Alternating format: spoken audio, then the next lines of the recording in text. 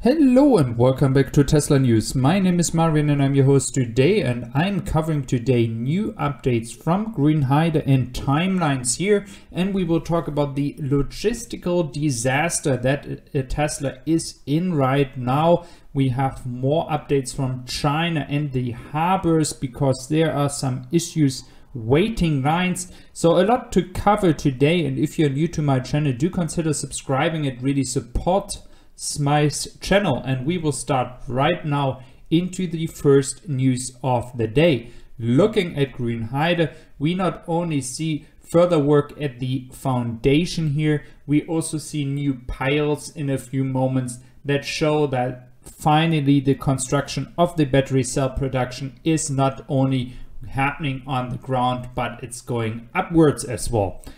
So Elon Musk right now is in Germany. He had a meeting with Laschet, the person that wants to go and win the election. Me personally, I'm not going to put any, how should I say, political opinion here in this video. I'm just going to be pure neutral. He was just having a hard time as Elon Musk was laughing about some of his questions. But again, I'm not going to go into the details here. It is more about what Elon Musk said to the timeline.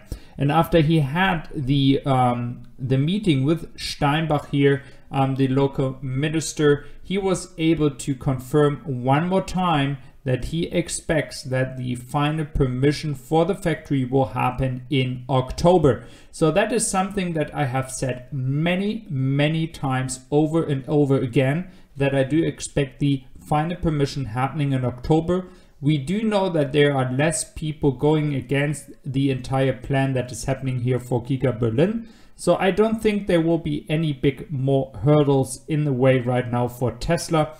I think the biggest storm that happened against this project is already gone. So this is pretty good news, because it can solve the issue that Wedbush is talking about. Those people from Wedbush are really bullish about Tesla, but they describe the issue that Tesla has right now when it comes to the logistical disaster. Taking the impact report into consideration, that Tesla really tries to localize the production, have everything around the area, and really tries to cut down on CO2 emissions. To achieve that, they don't want to transport Model 3s or Model Ys across the entire planet. But right now, because the Giga Berlin is not ready yet, they were having no other options to export Model Ys and Model 3s from China to Europe.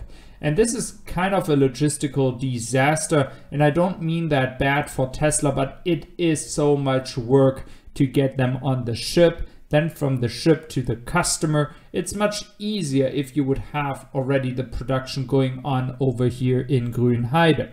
So what we see in the impact report in the goals to localize the production when it comes to the continents, it is just a question of time that the Model 3 and the Model Y won't be exported to Europe anymore once the factory is ready in Grünheide.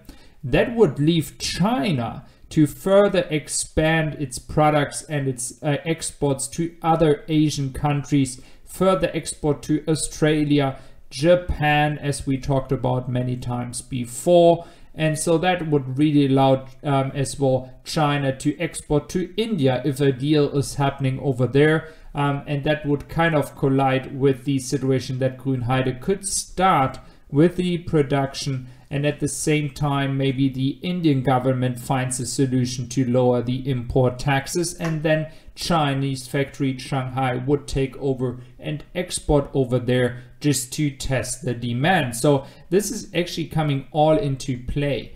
But what I mean with the logistical disaster here, what the term was that Wedbush used, it is really important to understand that, for example, right now we have a lot of ships waiting in Shanghai and Ningbo. I hope I spell the city right.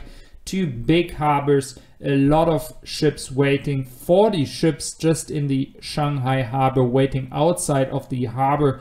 So there are a lot of queues we can expect delays when it comes to maybe shipments going anywhere. So just check your Tesla app if you get any notifications if you're from Europe or any other country than the United States.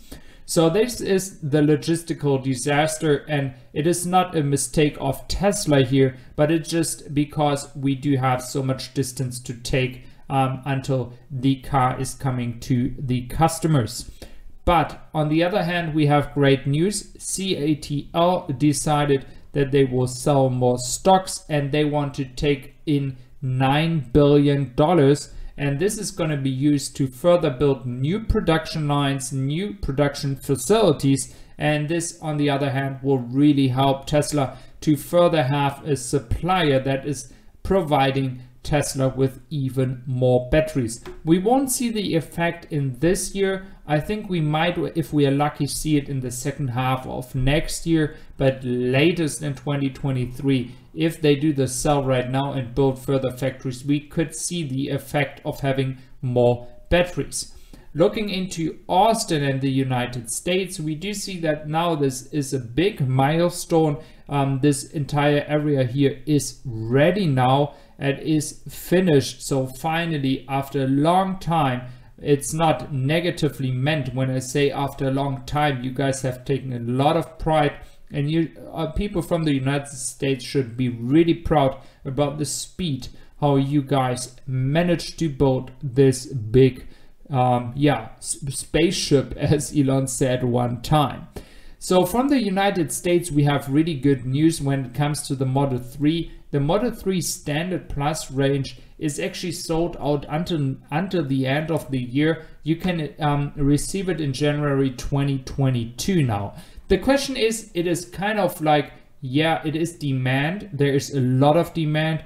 Or is it as well a bit because of the supply chain issues? I think it is a mix, but it really shows that the demand is there, and it is also for the performance range for the Model 3, which is available 4 to 7 weeks. So if you're 7 weeks away, that is almost this quarter is already full.